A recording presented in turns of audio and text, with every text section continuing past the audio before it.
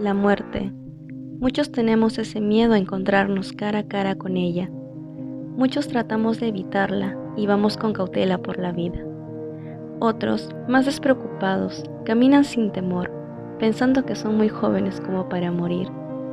Y otros andan muy preocupados en sus cosas, que ni tienen tiempo de pensar en ella. Pero hay otro grupo en medio de todo esto, aquellos que hacen de la muerte un negocio en el cual una vida tiene su peso en dinero y para lo cual se necesita ser de sangre fría. Y hoy vamos a tratar de sumergirnos en la mente de aquellos que lucran con la muerte, tratar de entender y analizar la raíz de todo, las causas y la manera de ver la vida y la muerte como algo que puede depender de algo tan codiciado por muchos, el dinero. ¿Cómo surge el sicariato? ¿Hay algún desencadenante biológico-social? ¿Seguirán algún modelo de valores? Tantas preguntas que responder y a las que trataremos de dar una luz en medio de una sociedad tan cambiante. Para poder analizar la mente del sicario, es necesario brindar los siguientes conceptos para ayudar a una mejor comprensión de esta. En primer lugar, nos interesa saber qué es la maldad. Bueno, la maldad se define como un conjunto de conductas que causan daño severo y persistente. Desde la psicología social, implican un perpetrador y una víctima.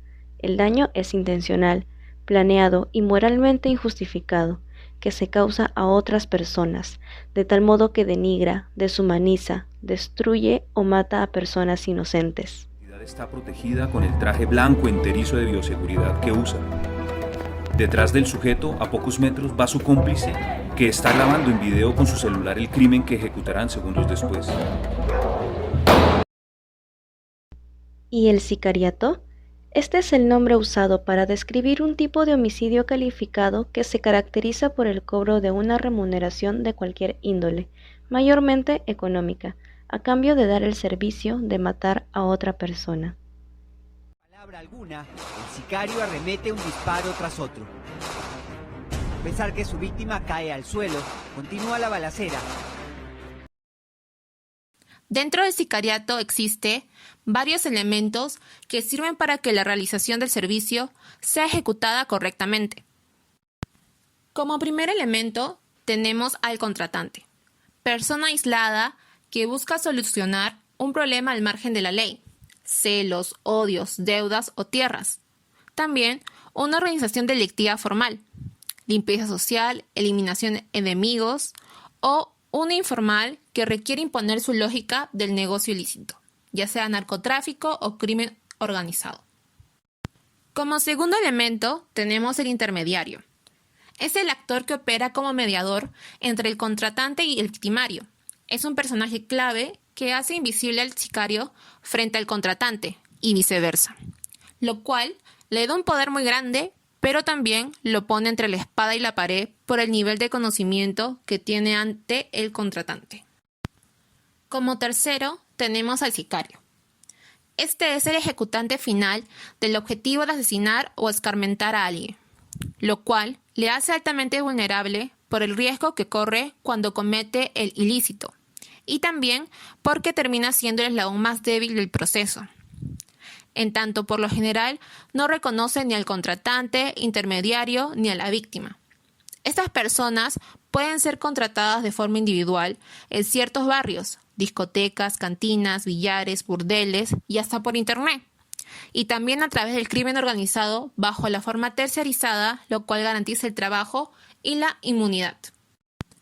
Y finalmente tenemos a la víctima, la cual puede definirse en dos tipos. Una vinculada al crimen organizado, puede ser narcotráfico, donde el perfil de la víctima depende del lugar en que se ubique dentro del mercado laboral, juez, policía, magistrado, periodista o político.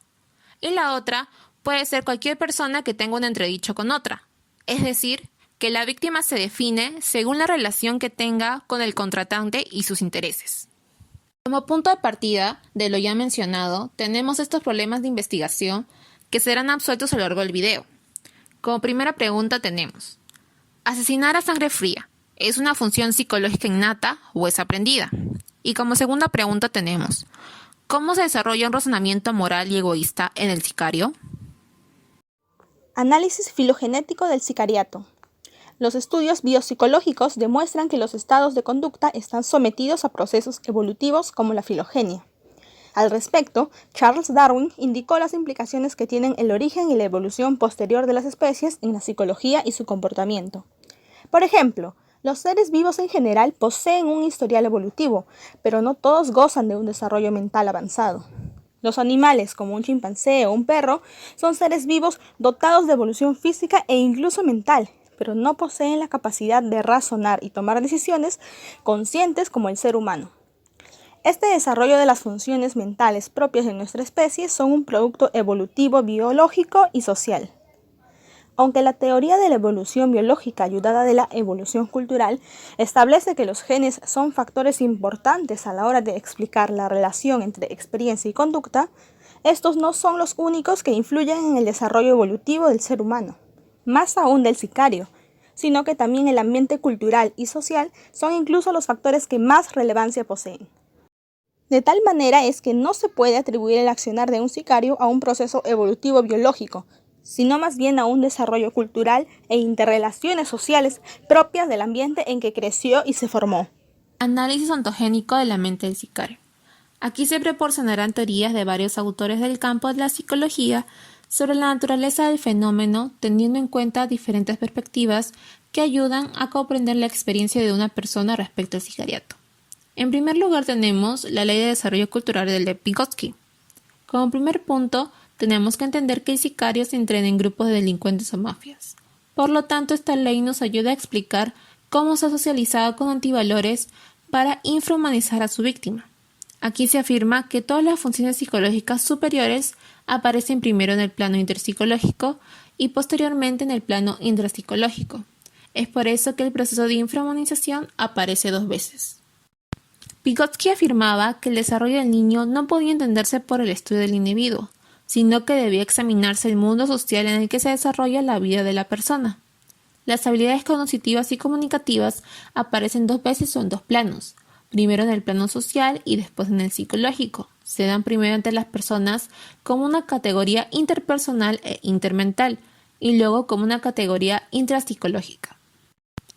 Por ejemplo, en un primer momento, cuando un niño llora tras sentir dolor, su reacción es en función de un estado mental inferior, es decir, por respuesta al ambiente.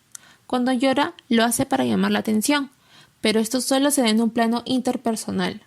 En un segundo momento, el llanto se vuelve intencional y el niño lo usa cada vez que quiere comunicar algo. Esto expresaría ya una función mental superior con la habilidad intrapsicológica propia que adquirió. Es así como el caso del sicario, una vez internalizados los antivalores de infrahumanización del otro, se da la justificación de la conducta criminal. En segundo lugar tenemos la teoría del aprendizaje social por Albert Bandura. Esta teoría afirma que la conducta humana es en su mayoría aprendida, no innata, y que gran parte del aprendizaje es asociativo y no simbólico. Relacionado con nuestro tema, nos quiere decir que las personas en realidad no heredan tendencias violentas. Además, basado en un modelo de aprendizaje denominado reciprocidad triádica del funcionamiento humano, sostiene que el aprendizaje se produce por la determinación de 3 factores personales, ambientales y conductuales. Estos 3 elementos interactúan constantemente, lo que facilita el aprendizaje. Es por eso que es importante para este autor que la agresión explique 3 aspectos. En primer lugar, cómo los patrones de la conducta agresiva se desarrollan. En segundo lugar, lo que provoca a la gente para comportarse de manera agresiva. Y tercero, lo que determina si van a continuar recurriendo a un patrón de comportamiento agresivo en futuras ocasiones. Es por eso que esta teoría permite comprender algunos factores previos al ejercicio del sicariato, así como un mantenimiento a lo largo del tiempo, ya que ofrece un esquema de aprendizaje de las conductas conflictivas o delictivas. En tercer lugar, vamos a tocar puntos específicos de la teoría de Sigmund Freud. Freud nos menciona que existe un número infinito de instintos, los cuales agrupó en 2, Eros y Thanatos. Mientras Eros es un instinto cuya característica es la tendencia a la conservación de la vida, que tiene que ver con el erotismo, Thanatos es el instinto de la muerte, además de la crueldad, agresión y autodestrucción. Tanto como Eros y Thanatos están dentro del individuo desde que nace. Investigando la neurobiología del comportamiento emocional, David Anderson ha descubierto algunos fundamentos biológicos de los instintos que ya mencionamos, así como la fusión de estos. Como sabemos, la amígdala organiza las emociones y está comunicada con el hipotálamo, o sea, la región del cerebro que controla las conductas instintivas tales como la alimentación, apareamiento o agresividad. Con respecto al hipotálamo, encontró un conjunto de neuronas que contiene dos poblaciones neuronales distintas, una que regula la agresividad y la otra el sexo y el apareamiento. Aproximadamente el 20% de las neuronas localizadas en el límite entre estas dos poblaciones puede estar activa indistintivamente durante el apareamiento o la lucha, lo que indica que los circuitos cerebrales que regulan esos comportamientos están estrechamente relacionados. Entonces, ¿cómo es posible que dos comportamientos mutuamente excluyentes dependan de la misma población de neuronas? Anderson nos explica que la diferencia estriba en la intensidad del estímulo aplicado a esas dos neuronas. La estimulación sensorial débil, como los juegos preliminares, propicia el apareamiento, en tanto que la estimulación intensa, como el peligro, favorece la agresividad. La proximidad de las regiones que intervienen en la sexualidad y la agresividad y la zona intermedia sirven para explicar por qué esos dos impulsos instintivos se fusionan con tanta facilidad, como sucede, por ejemplo, durante el arrebatamiento sexual, esto es, el placer adicional que algunas parejas obtienen de la relación sexual tras una discusión. Y por último lugar, tenemos la teoría del desarrollo moral de Lawrence Kohlberg. Sabemos que la actividad de matar a sangre fría a otra persona con el fin de recibir dinero es considerada en nuestra sociedad como moralmente malo. Sin embargo, esta no es una razón estricta para que las personas no lo hagan. Al contrario, los asesinatos perpetrados por sicarios existen y son reproducidos. Entonces, surge la interrogante: ¿cuál ha sido el desarrollo moral de la mente del sicario que lo incentiva a cometer acciones amorales dentro y fuera de la ley? Según la teoría de desarrollo moral de Lawrence Kohlberg, encontramos tres fases. En primer lugar, la fase preconvencional, que suele durar hasta los 9 años. En la primera etapa, el individuo solo piensa en las consecuencias inmediatas de sus acciones, evitando las experiencias desagradables vinculadas al castigo y buscando la satisfacción de las propias necesidades. En segundo lugar, tenemos la fase convencional. La fase convencional suele ser la que define el pensamiento de los adolescentes y de muchos adultos. En ella se tiene en cuenta la existencia tanto de una serie de intereses individuales como la de una serie de convenciones sociales acerca de lo que es bueno y lo que es malo, y esto ayuda a crear un paraguas ético colectivo. En tercer lugar, tenemos la fase postconvencional. Las personas que se encuentran en esta fase tienen como referencia principios morales propios que, a pesar de no tener por qué coincidir con las normas establecidas, se apoyan tanto en valores colectivos como en libertades individuales, no es exclusivamente en el interés propio.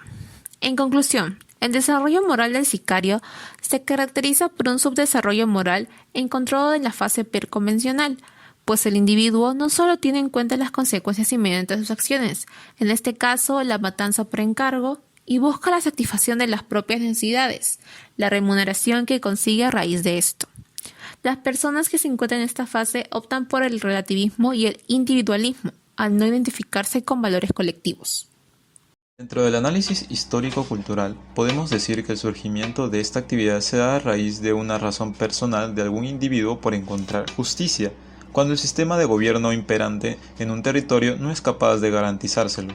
Si bien esta justicia de la que hablamos va más abocada a los intereses de la persona, es una referencia moral por la cual algunos sicarios siguen en dicha profesión bajo las líneas de "yo solo soy un instrumento".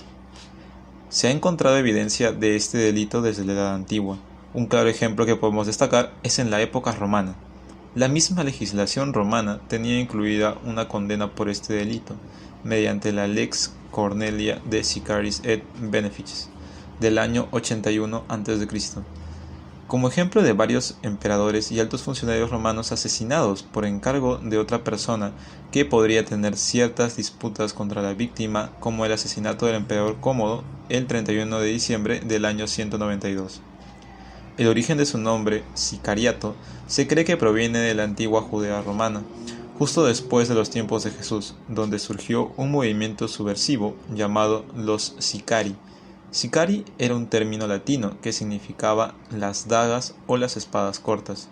Estas armas eran conocidas principalmente porque se podían esconder muy bien entre las túnicas de vestimenta que tenían las personas en esta época, y estas eran mayoritariamente usadas para cometer asesinatos. Este grupo subversivo fue una resistencia en contra de la presencia romana en Judea a través de asesinatos selectivos entre los soldados y funcionarios.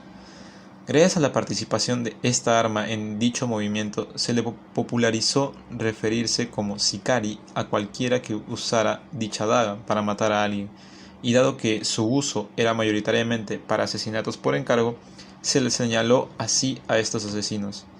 Dicha práctica fue evolucionando con el tiempo, siendo perteneciente a cualquier clase social a lo largo de su historia.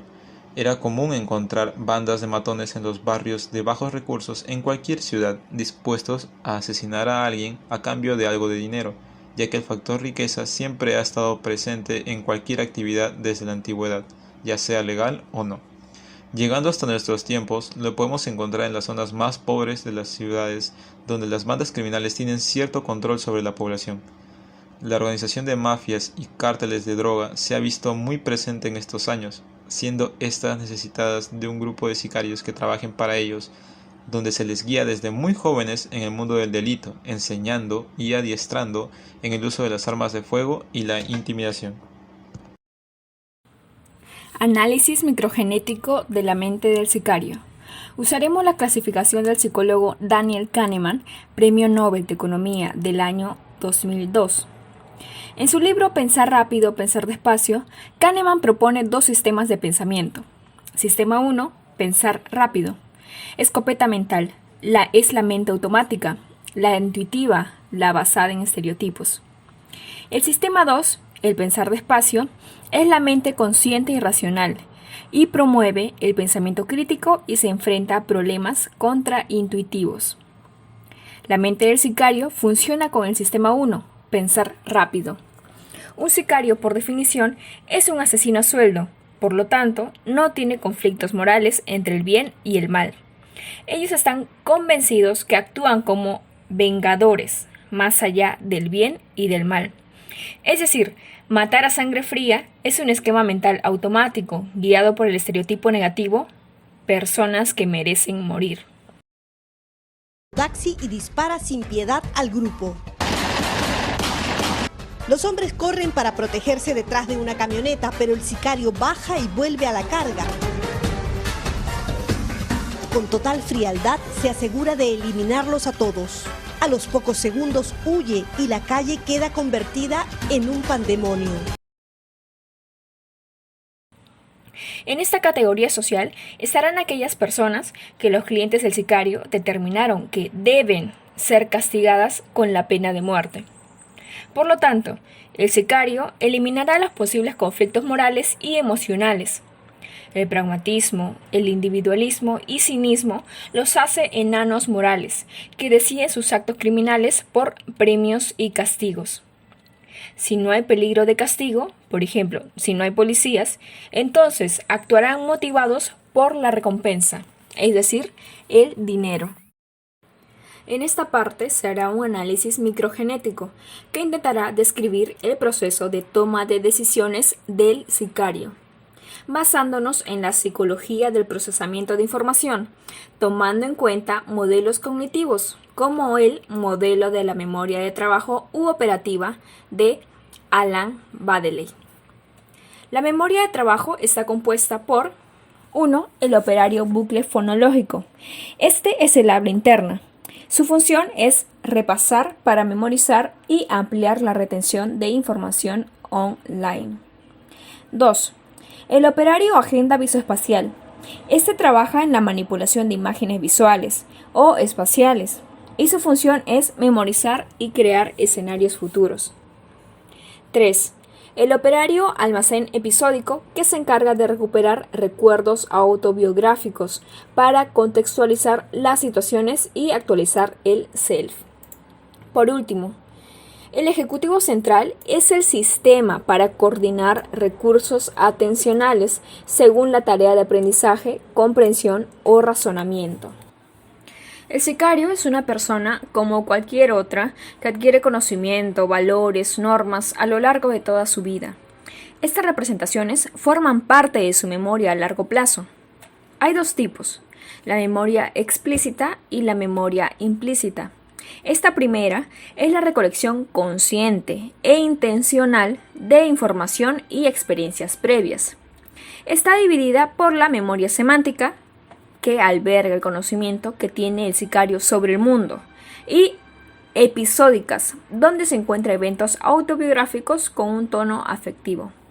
Estas se activan cuando el sicario toma decisiones con un nivel de razonamiento moral preconvencional, es decir, basado en premios y castigos. La memoria implícita es un tipo de memoria en la que las experiencias previas ayudan en la ejecución de una tarea, sin que exista una percepción consciente de la existencia de esas experiencias. Esta está dividida en la memoria procedimental, donde albergan los hábitos, habilidades motoras y cognitivas, y también está dividida por la memoria emocional. La memoria de corto plazo, también denominada memoria de trabajo u operativa, cancela todo conflicto moral y emocional por imposición del estereotipo negativo, personas que merecen morir. Ese estereotipo activará la memoria a largo plazo semántica para hacer su plan de acción, estudiar a la víctima, lugares, sus movimientos y hábitos. Esta escena aterrorizó a todo Manchay.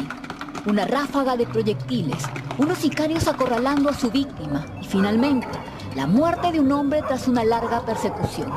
Más de 60 disparos en un brutal ataque que se dio en un lugar donde no hay cámaras de seguridad. Para la toma de decisiones online en el campo de acción, se activan las memorias de largo plazo automáticas de sus destrezas estratégicas para matar, las cuales fueron entrenadas en meses y años dentro de mafias. La memoria de largo plazo espaciales ya determinaron por dónde entrará y cómo huirá de la escena del crimen, sin perder el control emocional.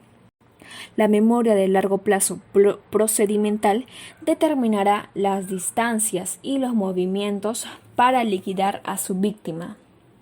Al escapar de la escena del crimen, su pensamiento rápido será a cobrar. El sicario no sentirá vergüenza, pena ni empatía por la víctima. Tampoco pensará las consecuencias de sus actos criminales. En la mayoría de los casos utilizan drogas y alcohol para el autocontrol emocional. Matar a sangre fría es para el sicario un oficio y lo que interesa es el dinero de recompensa. A continuación, como trabajo de campo, realizamos una entrevista a un joven sicario. Empecé por el hermano mayor de un amigo del barrio con el que jugaba partido en las noches. Ya cuando yo era un poco más grande, nos llevó a conocer a un amigo suyo que manejaba el negocio de la zona y quería que le hiciéramos unos encargos. Así empezamos hasta que nos dieron nuestro primer fierro para defendernos si alguien de otra banda nos quería robar la merca.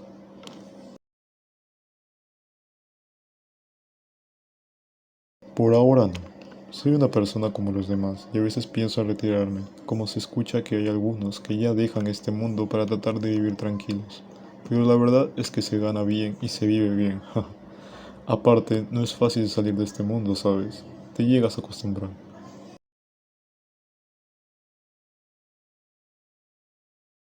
En mi primer encargo tal vez dudé en un momento, pero después de ello solo lo asumes y continúas. Si piensas mirar atrás, te puede costar la vida. Supongo que esas cosas salen en el momento, y lo de disparar solo ves cómo lo hacen y ya.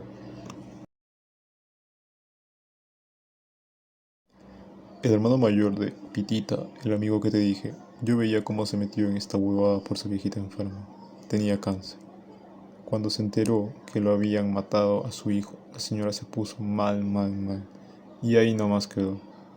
Pero ese huevón tenía huevos para seguir metido en esto por su viejita. A su hermano lo agarraron en un tiroteo y ahora está en Ghana. Lleva casi 2 años ahí dentro. Conclusiones. En primer lugar tenemos que el sicario tiene un razonamiento moral preconvencional. Por lo tanto, es un enano moral. Sus decisiones morales están basadas en la consecución de reforzamiento, el dinero. En segundo lugar tenemos que categoriza a sus víctimas dentro del estereotipo negativo, personas que merecen morir. De esta manera justifica sus acciones y se autojustifica repitiéndose yo solo cumplo órdenes. El tercer punto es, la capacidad de matar a sangre fría con premeditación, ventaja y alevosía es la prueba de que tiene plena conciencia de sus actos criminales. En cuarto lugar, los conflictos humanos, al no ser resueltos por el Poder Judicial con eficiencia, hace que la anomia social genere el contexto del sicariato. En quinto lugar, la conducta del sicario, de matar a sangre fría, no es innata. No podemos explicarla mediante mecanismos freudianos, pues no existió antes el sicariato de manera extendida en nuestra sociedad. Y por último lugar, se evidencia que la conducta del sicario es un desarrollo cultural apuntalado por modelos de aprendizaje social y el crecimiento del crimen organizado.